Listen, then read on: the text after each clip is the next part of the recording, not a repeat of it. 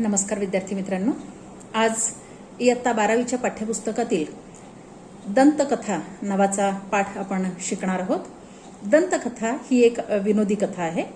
वसंत सबनीस हे पाठाचे लेखक आहेत आणि ते विनोदी लेखनामध्ये सिद्धहस्त असे लेखक आहेत असं त्यांनी आपल्या लेखनातून सिद्ध केलेलं आहे आणि प्रस्तुत पाठ सुद्धा त्या नियमाला अपवाद नाही हे आपल्या लक्षात येईल. प्रस्तुत पाठ हा एक ललित लेख आहे. दातांचं दुखणं अतिशय त्रासदायक असतं. जो ते भोगतो त्यालाच ते कळतं. त्यामुळे कोणत्याही माणसाची अवस्था अगदी केविलवाणी होते. मात्र अशा गंभीर विषयातील प्रसंग लेखकाने अतिशय नर्म विनोदी शैलीत मार्मिकपणे टिपलेले आहेत. दाताच्या दुखण्याची असह्यता, त्या प्रसंगी माणसाची होणारी दयनीय अवस्था आणि त्यामधून घडणारा प्रसंगनिष्ठ विनोद वाचकाला प्रस्तुत पाठात खळखळून हसवतो. वास्तवाला जोडून येणारी अतिशयोक्ती, कधी आढळणारी विसंगती, तर कधी मराठीतील म्हणी आणि वाक्प्रचार, शाब्दिक कोट्या यांचा लेखकाने अतिशय कल्पकतेने विनोद निर्मितीसाठी वापर केलेला आहे असं आपल्या या पाठात लक्षात येईल.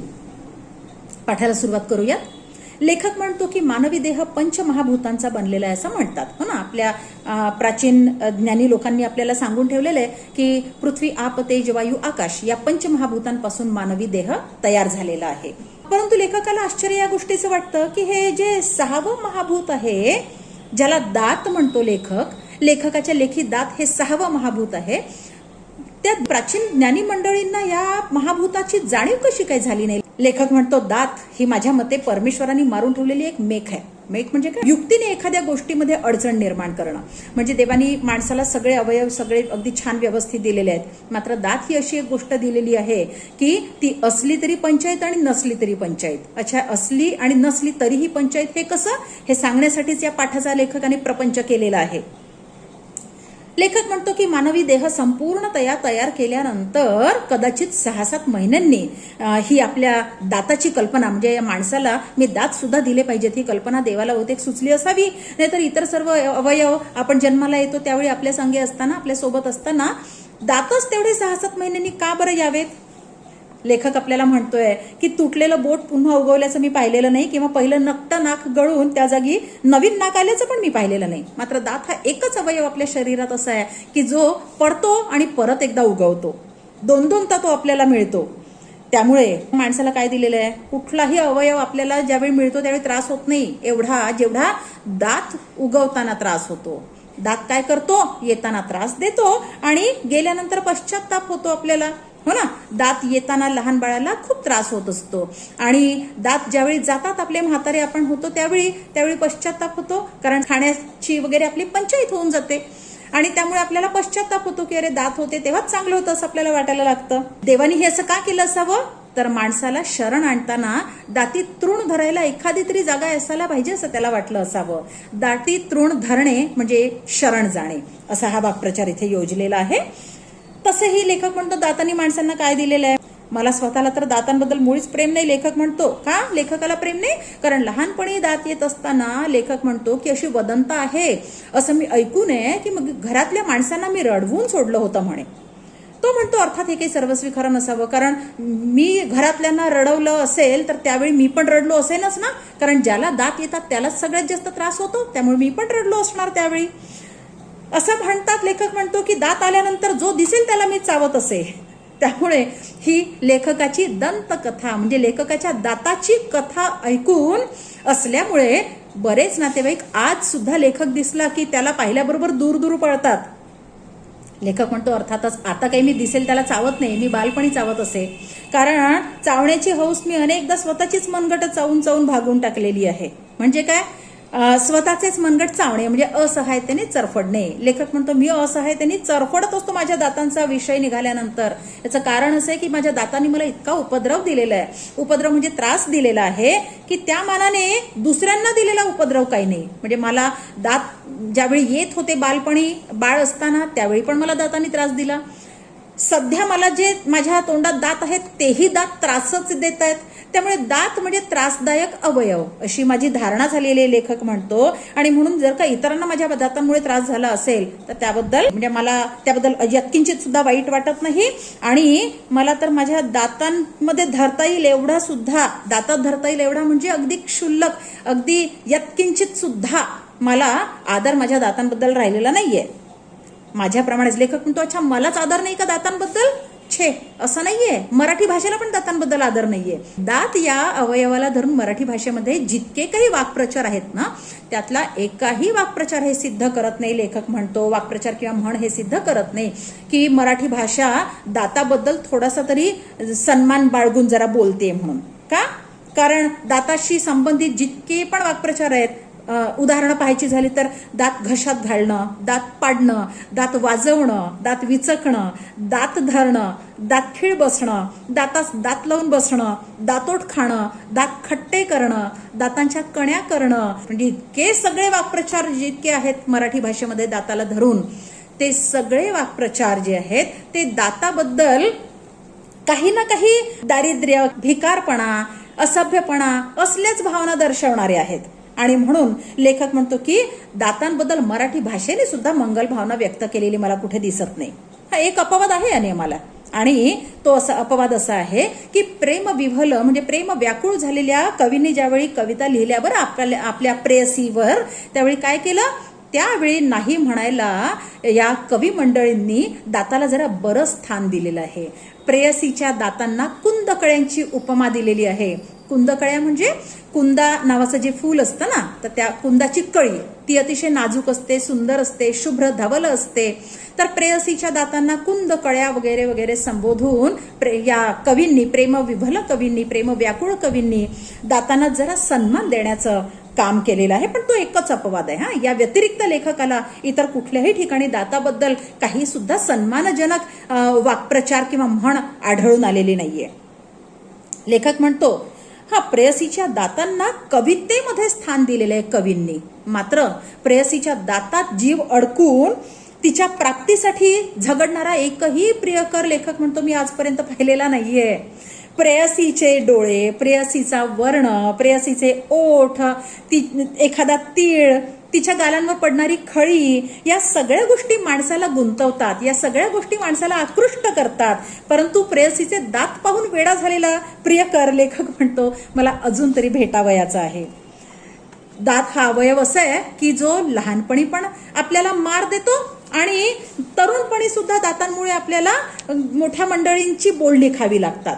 कारण बालपणी दात न घासल्याबद्दल आपल्याला मार पडतो आणि तरुणपणी फार वेळ दात घाशीत बसल्याबद्दल वडील माणसांची बोलणी खावी लागतात.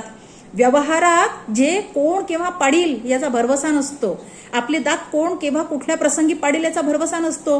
आणि जे दंत वैद्याकडे आपल्याला आयुष्यात एकदा तरी जायला भाग पाडतात ते म्हणजे दात. लेखक म्हणतो अशी माझी दातांबद्दलची कल्पना झालेली आहे.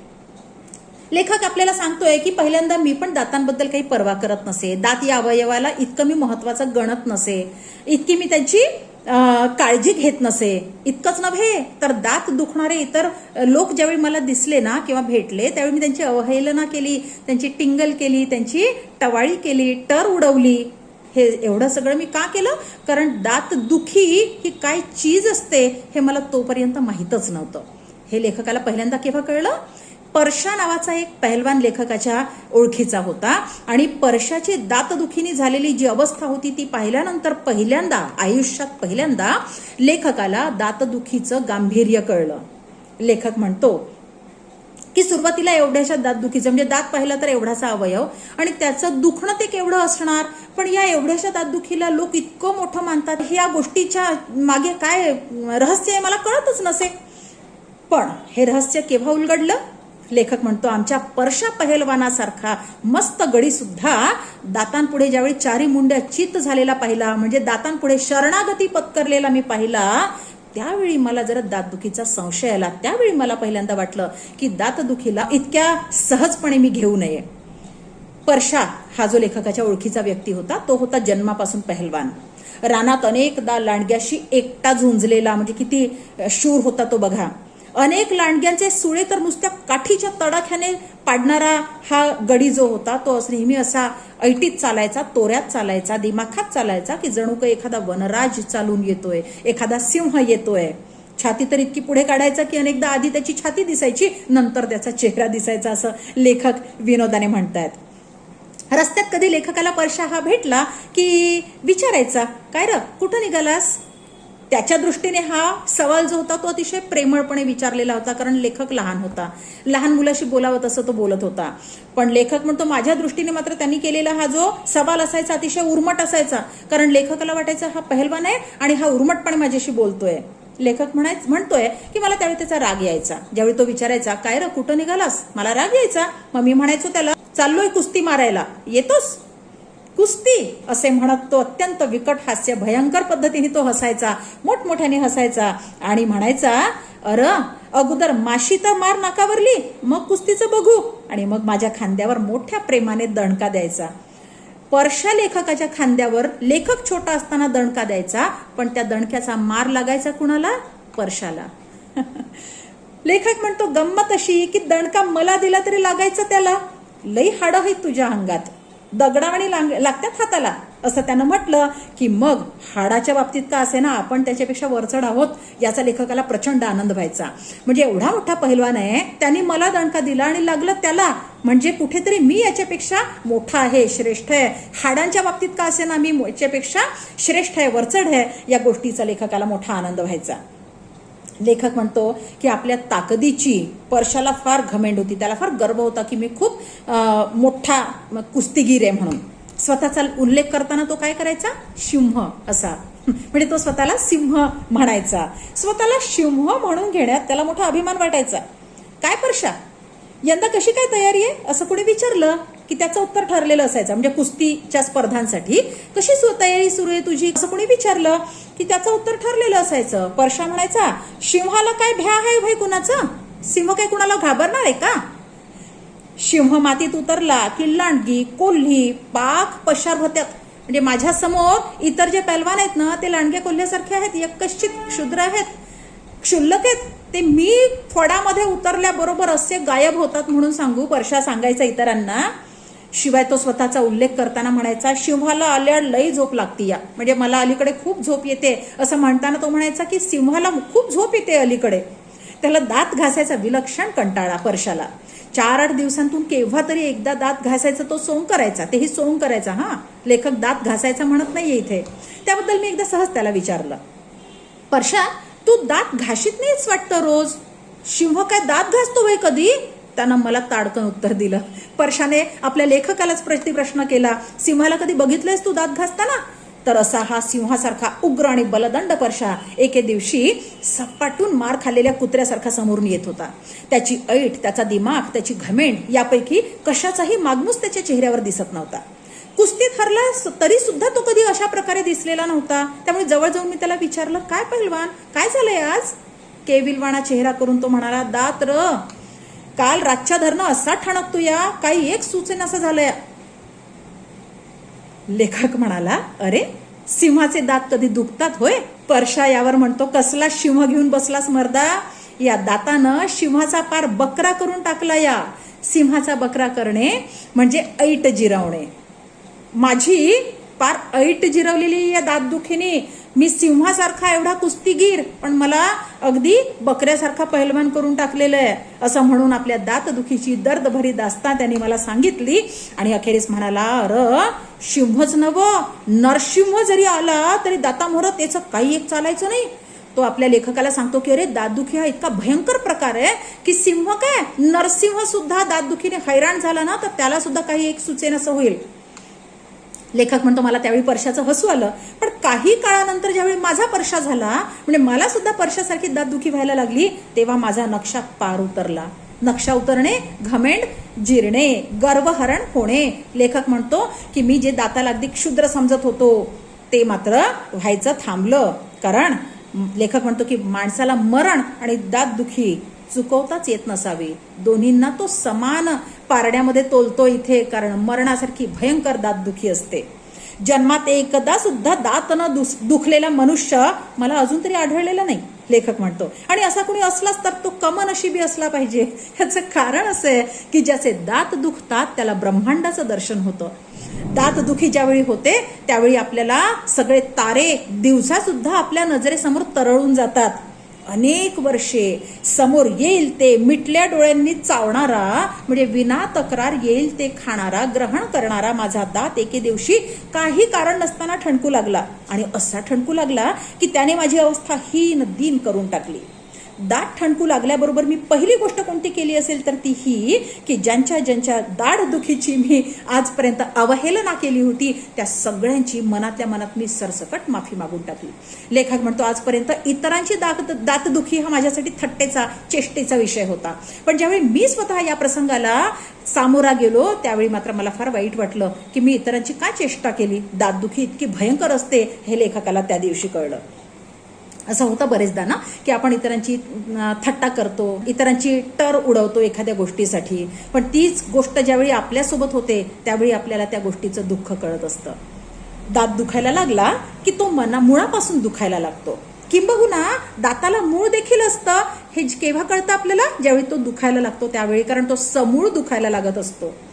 लेखक म्हणतो आणि माझ्या बाबतीत तर गोष्टच वेगळी, कारण मला तर खात्री झाली दात दुखायला लागल्यानंतर की मला माझ्या दाताला मूळ नाही तर अनेक मुळ्या असाव्यात, कारण अनेक मुळ्या हिरड्यांमध्ये इकडे तिकडे पसरलेल्या असाव्यात. याप्रमाणे लेखकाला सगळीकडे दातांमध्ये दुखायला लागलं. लेखक म्हणतो की ज्यावेळी माझा दात दुखायला लागला त्यावेळी माझी खात्री झाली की आपण आरोग्यशास्त्राच्या पुस्तकात पाहिलेले दाताचे चित्र आणि आपले प्रत्यक्षातले दात यात फार फरक असला पाहिजे, कारण आपल्या दाताला मूळ नसून झाडासारख्या मुळ्या असल्या पाहिजेत अनेक. नाहीतर सगळे दात दुखत असल्याचा भास मला एकाच वेळी का व्हावा? दात एक दुखतोय वाटतंय मात्र असं की सगळेच दात दुखतायत. प्रत्येक दाताला हात लावून पाहिल्यानंतर ज्या दाताने शंख करायला लावला, नेमका कोणता दात दुखतोय हे पाहण्यासाठी लेखकाने प्रत्येक दाताला हात लावून पाहायला सुरुवात केली. आणि हे करत असताना ज्या दाताने शंख करायला लावला, लेखकाला आरडाओरडा करायला लावला, त्यावेळी त्याची खात्री झाली की अच्छा हा दात मुळात ठणकतोय आपला, तो दुखरा दात, याची माझी खात्री झाली. दुखऱ्या दाताला लहानसा स्पर्श सुद्धा खपत नाही. अच्छा हे दुखणं तरी साधं सरळ असावं? नाही, ते दुखणं कसं असतं? एखाद्या कवीच्या मनात एखादा जिप्सी जसा रुतून बसतो आणि तो त्याच्या कवितेचा विषय झाल्यानंतरच शांत बसतो, त्याप्रमाणे लेखक म्हणतो मला असं वाटायला लागलं होतं की एखादा लाकूड तोड्या माझ्या दाताच्या मुळाजवळ लपून बसलेला आहे आणि तो निरंतर माझ्या दातांवर घाव घालतोय असं म्हणतात. लेखक म्हणतो की दिवसा सभ्य दिसणारी माणसं जी आहेत ती रात्री आपल्या खऱ्या रूपात फिरतात. दात पण असाच अवयव असावा, नाहीतरी दिवसा अधूनमधून पण सभ्यपणे दुखणारा दात रात्री राक्षसासारखा विक्राळ रूप का धारण करतो? असं नसतं खरं तर. दिवसा आणि रात्री दाताचं दुखणं खरं तर सारखंच असतं, पण आपल्याला दिवसा ते जरा सभ्य वाटतं, कमी दुखल्यासारखं वाटतं, रात्री जास्त दुखल्यासारखं वाटतं. याचं कारण असं असतो मुलांनो की दिवसा आपण इतर कामात व्यस्त असतो, एकाच वेळी दात पण दुखत असतो, आपण आपल्या इतर कामांमध्ये व्यस्त पण असतो, त्यामुळे त्या दाताच्या दुखण्याची तीव्रता आपल्याला तेवढी भासत नाही. त्यामुळे आपल्याला असं वाटतं की दिवसा दात जरा कमी दुखतो आणि रात्री काय होतं आपल्याला इतर कामं नसतात, फक्त झोपायचं असतं आणि त्यावेळी मात्र ही दातदुखी अतिशय उग्र असं रूप धारण करते. दातात आणि चोरात साम्य असतं हे खचित लेखक म्हणतो. आणि साम्य काय असतं? दोघे सुद्धा रात्री जास्त सक्रिय होतात, रात्रीच गडबड करतात दोघेही. लेखक म्हणतो की दात दुखण्याने मी आध्यात्मिक तत्वचिंतनही करतो. एरवी मी अध्यात्माच्या वाटेला फारसा जात नाही, पण दात दुखायला लागल्यावर मात्र मी अगदी अध्यात्माच्या मार्गाला लागतो. कारण याचं असं आहे की दात ज्यावेळी दुखतो त्यावेळी मला साक्षात्कार होतो की दात हेच सत्य आहे, बाकी जग मिथ्या आहे. मिथ्या म्हणजे खोटं. या ठिकाणी एक रेफरन्स आपल्याला, संदर्भ आपल्याला सापडतो. आदि शंकराचार्यांनी अद्वैत वेदांताच्या सिद्धांतात असं सांगितलेलं आहे की ब्रह्म सत्यम जगन मिथ्या जीवो ब्रह्मैव नापरः. म्हणजे काय? ब्रह्म केवळ सत्य आहे या जगामध्ये आणि जग म्हणजे आपल्या डोळ्यांना जे काही जग दिसतं ते मिथ्या आहे, ते खोटं आहे. जीव ब्रह्म एव, आपला आत्मा त्या परमात्म्याचा अंश आहे. आपला जो जीव आहे तो त्या शिवाचा एक भाग आहे आणि म्हणून न अपरः म्हणजे आपला जीव इतर, न अपर इतर काहीच नाहीये, ब्रह्म एव, आपला जीव म्हणजे ब्रह्म आहे. या सिद्धांताच्या धाटणीवर आपला लेखक म्हणतो की मला दात दुखायला लागल्यावर असं जाणवतं की फक्त सत्य एकच गोष्ट आहे जगात आणि ती म्हणजे दात, बाकी सगळं काही मिथ्या, बाकी सगळं काही खोटं आहे. दात ज्यावेळी दुखायला लागतो ना त्यावेळी संसार असार वाटतो, हे सगळं आयुष्य, हे जग आपल्याला नीरस बेचव वाटायला लागतं. नेहमी हवेसे वाटणारे शेंगदाणे दात दुखायला लागल्यावर तर दगडासारखे कठीण वाटतात, कारण दातांनी चावता येत नाही. बायको आणि मुले ही इतर वेळी आनंद देणारी गोष्ट तर आता दातदुखीच्या वेळी निव्वळ भ्रम आहे, आपला भास आहे असं वाटायला लागतं. आणि हाईट तर तेव्हा होते ज्यावेळी समोरून येणारी एखादी सुंदरी डोळ्यांना जाणवतच नाही, समोरून येणाऱ्या एखाद्या सुंदरीचं अस्तित्वच डोळ्यांना भासेन असं होतं. लेखक म्हणतो त्या क्षणी खऱ्या अर्थाने आपला दात जो आहे तो मला ब्रह्मांड दाखवायला लागतो. कारण दाताचा ठणका जो आहे तो मला काहीही सुचू देत नाही. रात्रभर माझ्या ब्रह्मांडाच्या 10-20 तरी फेऱ्या निश्चितच होतात. आणि म्हणजे काय, रात्रभरातून कमीत कमी 10-20 वेळा तरी लेखकाच्या डोळ्यासमोर संपूर्ण अंतरिक्ष तरळून जातं. आणि पहाटे पहाटे लेखकाला ज्ञान मिळतं की रात्रभर मला जे ब्रह्मांड दिसलं ते सत्य नव्हतं, ते मिथ्या होतं. आणि सत्य काय आहे, हा दुखणारा दात ही एकच गोष्ट सत्य आहे जगामध्ये. लेखक म्हणतो की माझ्याबद्दल लोकापवाद, फार लोकापवाद म्हणजे वदंता, अफवा लोकांनी पसरवलेल्या, गैरसमज सगळीकडे पसरलेले. आणि दातदुखी ही जी गोष्ट आहे याच्याबद्दल सुद्धा लोकांमध्ये प्रचंड अफवा आहेत. माझ्या दातदुखीच्या बाबतीत, माझ्या दातदुखीच्या काळात संबंध आळीला झोप येत नाही असं म्हणतात. लेखक म्हणतो की त्यातलीच एक वदंता अशी आहे की ज्यावेळी माझा दात दुखतो त्यावेळी माझं घर ज्या आळीत आहे, गल्लीत आहे, ती संपूर्ण गल्ली झोपू शकत नाही. पण माझा यावर विश्वास नाही, तो म्हणतो, कारण ही अफवा आहे, मला खात्री आहे. अर्थात आळीतील सर्व लोक आळीपाळीने माझ्या घरात डोकावून फक्त दातदुखीच ना असा सवाल करून जातात, हे खरं आहे. पण यावरून त्यांना झोप येत नाही असा निष्कर्ष काढणं कठीण आहे. कारण त्यांना झोप येत नाही म्हणून ते येतात की माझी चौकशी करायला ते येतात, हे निश्चित सांगणं कठीण आहे, लेखक म्हणतो. लेखक एकदा त्याला जी दातदुखी झाली होती त्यावेळेच्या प्रसंगाचं आता वर्णन करतोय. तो म्हणतो की मागच्याच दातदुखीच्या वेळी मी पलंगाच्या कोपऱ्यात दोन्ही हातात तोंड धरून बसलो होतो. लेखक म्हणतो ज्या ज्यावेळी माझे दात दुखतात त्यावेळी सहसा मी असाच दोन्ही हातात तोंड धरून बसलेला असतो. चेहऱ्यावर बहुधा कुणीतरी नुकतीच थोबाडीत मारल्याचा भाव माझ्या असावा, कारण मी आरशात पाहत नाही. ती वेळ पण नसते, तो प्रसंग पण नसतो आरशात पाहण्याचा. तोंडातल्या तोंडात दाताला आरसा कशाला? मी घशातल्या घशात आवाज बंद करण्याचा प्रयत्न करून सुद्धा तो आवाज बंद होत नव्हता. कुठला आवाज? कण्हण्याचा आवाज. लेखक कण्हत होतात दातदुखीमुळे. घसा आणि जीभ मला फितूर झाली होती. लेखकाने कितीही ठरवलं की आता आवाज काढायचा नाही तोंडातून, तरी सुद्धा लेखकाचा घसा आणि लेखकाची जीभ त्याला साथ देत नव्हती. मी फारच मोठ्याने ओरडत होतो असे बायकोचे मत होते. आणि सहसा असं असतं, बायकोचं मत असतं की माझ्या बाबतीतलं बायकोचं जे मत असतं ते संबंध आळीचं मत असतं. अहो, लेखकाची पत्नी त्याला म्हणते, अहो केवढ्यांदा ओरडताय, लोकांना काय वाटेल, माझा दात दुखतोय त्याला मी काय करू? लेखक म्हणतो. त्याची पत्नी म्हणते, पण शेजारी पाजारी माणसं राहतात, ती काय म्हणतील? अगदी लहान मुलासारखे काय थैमान घालताय? थैमान घालणे म्हणजे गोंधळ घालणे. दात दात दात, मी चिडून तिला म्हणालो, ते कळलं. ती म्हणाली, तुला कळलं, सगळ्यांना कुठे कळलंय? इतरांना काय माहिती मी का आरडाओरड करतोय, माझा दात किती प्रचंड दुखतोय ते सगळ्या जगाला का कळायला पाहिजे? पत्नी म्हणाली, थोडा तरी सोशिकपणा दाखवा ना. मी म्हणते, तू लाख म्हणतेस. लेखक म्हणतोय आपल्या पत्नीला की सोशिकपणा दाखवावा असं इतरांना सांगणं सोपं असतं, तू मला सांगणं हे सोपं आहे का? कारण दात तुझा नाही ना, माझा दुखतोय. माझ्या दात दुखीबद्दल मी किती प्रमाणात ओरडावं हे ठरवणारी तू कोण आहेस? लेखक आपल्या पत्नीला विचारतो. लेखकाची पत्नी म्हणते, आता गप्प बसा जरा, मी तर कापूर देते दाताखाली धरायला आणि त्यांना ठणका जरा कमी होईल. लेखक म्हणतो, नको, आता इतके छोटे छोटे उपाय नको करायला, सरळ जा, बत्ता आण आणि दातावर हाण. म्हणजे काय, न रहेगा बास न बजेगी बासुरी. ज्या कारणामुळे मला हा त्रास सहन करावा लागतोय तो दातच पाडून टाक माझा एकदाचा. तेवढ्यात लेखक म्हणतो बाहेर कोणीतरी आलं. बायको जाऊन पाहून आली आणि खालच्या आवाजात मला म्हणाली, दाते आले आहेत. लेखकाची पत्नी खालच्या आवाजात का बोलली असावी? आधीच दात दुखत असताना परत दाते आले म्हटल्यानंतर लेखकाची मनस्थिती काय होणार तिची याची तिला कल्पना आली आणि म्हणून ती खालच्या आवाजात म्हणाली, दाते आले आहेत. लेखक म्हणतो, या दात्यांचा आणि माझ्या दातांचा काही संबंध आहे की काय काही कळत नाही मला, कारण माझ्या प्रत्येक दातदुखीच्या वेळी हेच दाते नेमके कसे काय प्रथम येतात?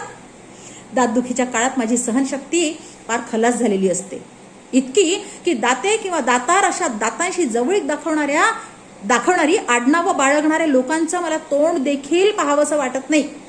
माझ्या दातदुखीचं आणखी एक वैशिष्ट्य असं आहे, लेखक म्हणतो की माझ्या विव्हळण्याने शेजारी पाजारी गोळा होतात. लेखकाच्या विव्हळण्याचा कणण्याचा आवाज ऐकला की सगळे इतर शेजारी लोक त्यांना भेटायला येतात आणि मग काय होतं, माझ्या दाताच्या अध्यक्षतेखाली एक चर्चासत्र भरतं. सगळ्यात महत्वाची व्यक्ती चर्चासत्रामध्ये अध्यक्षस्थानी असते. आता हे सगळं कोणामुळे होतं? दातामुळे. म्हणजे सगळ्यात महत्त्वपूर्ण कोण? दात. त्यामुळे लेखक म्हणतो, माझ्या दाताच्या अध्यक्षतेखाली चर्चासत्र भरतं माझ्या शेजार पाजाऱ्यांचं आणि मग चर्चा झडतात मोठमोठ्या. काय, कशाबद्दल? दातदुखीबद्दल. ती का होते, दातदुखी कशी टाळावी, दातदुखी झालीच यदा कदाचित तर त्यावर कोणते उपचार करावेत, या सगळ्या गोष्टींवर इथे चर्चा होते. उपस्थित असलेले वक्ते म्हणजे माझे शेजारी त्यात हिरिरीने म्हणजे अगदी अहमहमिकेने, अगदी आवर्जून त्यात सहभागी होतात. हीच मंडळी एवढ्या मोठ्याने बोलतात की माझे विव्हळणे त्यात बुडून जाते. चर्चासत्र इतकं रंगात येतं आणि ही मंडळी इतक्या आवेशाने बोलतात की माझ्या विव्हळण्याचा, माझ्या कणण्याचा आवाजच बंद होऊन जातो म्हणजे आवाज सुरू असतो पण तो इतरांना ऐकूच जात नाही. माझा अनुभव असा आहे की दातदुखीवरील चर्चेने दातदुखी अजिबात कमी होत नाही. लेखक म्हणतो कितीही चर्चा केली तरी दातदुखीमध्ये लेखकाला फायदा होत नाही. दातदुखीवरील खूप उपचार मला आता पाठ झालेले आहेत. हा एक त्या चर्चासत्राचा फायदा. इतक्यांदा चर्चासत्र झडलेली आहेत की प्रत्येक चर्चासत्रामध्ये तो विषय निघून तेच उपचार सगळ्यांनी सांगितल्यामुळे लेखकाला आता आपल्या दातदुखीवर काय उपचार करावे हे मात्र चांगल्या पद्धतीने पाठ झालेलं आहे. लेखक म्हणतो मग माझा दात दुखायला लागला की काय होतं, मला पाठ असलेल्या उपचारांपैकी काही उपचार मी बायकोला सांगतो आणि ते उपचार करायला सांगतो, ती पण उपचार करते. अशी मिळून 20-25 प्रकारची औषधं आणि बोळे म्हणजे कापसाचे बोळे माझ्या दातामागे लागतात. मग शेवटी काय होतं, 4 दिवसांनी दात दुखायचा थांबतो. 4 दिवस हे प्रयोग केल्यानंतर दातदुखी लेखकाची थांबते. लेखक म्हणतो नेमकी दातदुखी कशामुळे थांबली याचा शोध घेण्याच्या भानगडीत मी पडत नाही. दात दुखणे थांबल्याचे कळल्याबरोबर परिसंवादातील सगळेच वक्ते मग लेखकाच्या घरी त्याला भेट द्यायला येतात आणि त्यातला प्रत्येक वक्ता अगदी तळमळीने सांगायला लागतो की मी सुचवलेल्या उपायाने तुमची दातदुखी थांबलेली आहे. लेखक म्हणतो की मी कुणाचं मन दुखावत नाही. प्रत्येकाला मी कबूल करतो की बरोबर आहे, तुम्ही सुचवलेल्या उपायामुळेच माझी दातदुखी थांबलेली आहे. सगळे खुश होतात. दंत आघाडीवर सर्वत्र सामसूम होते. सामसूम होणे म्हणजे शांतता पसरते. दात सगळे शांत होतात. अजिबात लेखकाला काही काळ त्रास देत नाहीत. काही काळ कारण एखाद दुसरा महिना जातो, पुन्हा तोच दात, तोच ठणका, तेच उपचार, हे परत एकदा सगळे प्रयोग सुरू होतात. लेखक म्हणतो या सगळ्यांना कंटाळून मी शेवटी दाताचा प्रश्न कायमचा सोडवायचा ठरवलं आणि त्या दृष्टीने दातच माझा काढून टाकणार असा माझा निर्धार मी जाहीर केला. अनेकांचा सल्ला घेतला मी या संबंधात. अनेक दंतवैद्यांचे चेहरे पाहिले आणि त्यातल्या त्यात बऱ्यापैकी दंतवैद्य गाठला. आता चेहरा पाहून दंतवैद्य गाठला म्हणजे काय, ज्या दंतवैद्याच्या तोंडात सगळे दात शाबूत होते असाच दंतवैद्य निवडायचं लेखकाने ठरवलं. यापूर्वी लेखकाचा त्याच्या आयुष्यात दंतवैद्याशी कधीही संबंध आलेला नव्हता आणि तेच बरं होतं. लेखक म्हणतो असं मला ज्यावेळी दंतवैद्याशी संबंध आला त्यावेळी वाटायला लागलं. दंतवैद्याला भेटून मी त्याला माझी सगळी दंतकथा, माझ्या दाताची कथा सांगितली. दात काढून टाकण्याचा माझा विचार त्याला खूप पसंत पडला आणि त्याला पडणारच, कारण त्याला एक रुग्ण मिळाला. दात काढण्याबाबत आमचे मतैक्य झाल्यानंतर, आम्हा दोघांचीही मतं जुळल्यानंतर पुढचा मार्ग सरळ होता. फक्त दात काढायला सुद्धा पैसे द्यावे लागतात याचं मात्र मला वाईट वाटलं. आपलाच दात तो इतरांनी काढायचा आणि त्याचे आपण पैसे द्यायचे. लेखकाला थोडंसं दुःख झालं, पण मग त्यांनी स्वतःची समजूत घातली की आपण आपल्या डोक्याचे केस काढतो ते पण समूळ काढत नाही, थोडेसेच काढतो, तरी आपण न्हाव्याला पैसे नाही का देत. मग इथे तर हा दंतवैद्य माझा दात समूळ उपटतोय, जाऊ दे, द्यावे लागले पैसे तर काही हरकत नाही, अशी त्यांनी स्वतःच्या मनाची समजूत घातली. लेखक म्हणतो मी प्रामाणिकपणे सांगतो की 10-12 वर्षांपूर्वी दंतवैद्याबद्दल ज्या मी खऱ्याखुऱ्या दंतकथा ऐकल्या होत्या, म्हणजे इतर लोकांनी दंतवैद्याबद्दलचे आपले जे अनुभव मला कथन केले होते त्यावरून दंतवैद्याची खुर्ची, दात उपटण्याची क्रिया, या सगळ्या गोष्टींबद्दल माझ्या मनात अतिशय भीती होती. पण प्रत्यक्षात तसं काहीही अनुभव आला नाही, तसं काही घडलंच नाही. दंतवैद्य अलीकडे फारच माणसाळलेले आहेत, म्हणजे फार प्रेमाने वागणारे झालेले आहेत, असं माझ्या स्वतःच्या अनुभवाने प्रामाणिक मत झालं. त्यांनी काय केलं, त्या दंतवैद्यांनी माझ्या हिरडीमध्ये इंजेक्शन दिलं आणि इतक्या लीलया, इतक्या सहजरित्या दात उपटला की मी आश्चर्यचकित होऊन पाहतच राहिलो. दात उपटण्याची क्रिया इतकी सोपी असेल असं मला वाटलेच नव्हते. लेखक म्हणतो मला वाटलं होतं की दात उपटण्याच्या वेळी खूप त्रास होत असणार असं मला वाटत होतं. आजवर लेखक आपल्याला सांगतोय की आजवर मी शत्रूंना, शेजाऱ्यांना, ज्यावेळी त्यांच्याशी भांडण झालं, वाद झाले, त्यावेळी दात उपटून हातात ठेवीन, दात घशात घालीन, अशा प्रकारच्या माझ्या शक्तीचं प्रदर्शन करणाऱ्या धमक्या दिल्या होत्या. पण आता मात्र माझ्या लक्षात आलं की त्या धमक्यांना काही एक अर्थ नव्हता. दंतवैद्याने लेखकाला दात दाखवला. हाच तो खलदंत, खल म्हणजे दुष्ट. बघा, हाच तो दुष्ट दात ज्याने आतापर्यंत तुम्हाला इतका त्रास दिलेला आहे, ज्याने माझ्या बायको पुढे माझे हसे केलेले. हा तो नीच दात, नतद्रष्ट म्हणजे दुष्टा, तुला हेच शासन योग्य आहे, म्हणजे तुला माझ्या तोंडामध्ये स्थान न देणं हेच शासन योग्य होतं, असं मी माझे उरलेले दात आणि ओठ खाऊन मनाशीच म्हणालो. आता पुन्हा तो ठणका लागणार नाही, पुन्हा ते बोळे धरावे लागणार नाहीत, पुन्हा बायकोचा उपदेश ऐकावा लागणार नाही. या विचारांनी मी आनंदाने बेहोश झालो. उरलेल्या दातांना धाक बसावा म्हणून तो काढलेला दात घरी नेण्याचा मी विचार केला. लेखक म्हणतो की उरलेल्या दातांना मला असं वाटलं की हा दात दाखवावा आणि त्यांना सांगावं जरा की बघा नीट राहा, नाहीतर तुमची या दातासारखी अवस्था करून टाकेन. पण दुसऱ्याच क्षणी लेखकाला वाटलं की नको बाबा, ज्या दाताने मला आजपर्यंत इतका त्रास दिलेला आहे त्या खल दंताची सोबत सुद्धा नको, तो घरी असायलाच नको आपल्या. त्यामुळे लेखक म्हणतो की माझा तो दात मी दंतवैद्याला अर्पण केला. आनंदाने घरी आलो आणि ओरडूनच 4-5 शेजाऱ्यांना सांगितले की तो तुम्हाला जागवणारा दात आता गेला, यापुढे दंत सप्ताह नाही. म्हणजे आतापर्यंत तुम्ही जसे माझ्या दात दुखीमुळे हैराण होऊन एक आठवडा अस्वस्थ राहत होतात शेजाऱ्यांनो, तसलं यापुढे होणार नाही. यापुढे दंत सप्ताह आपल्याला पाळण्याची गरज नाही.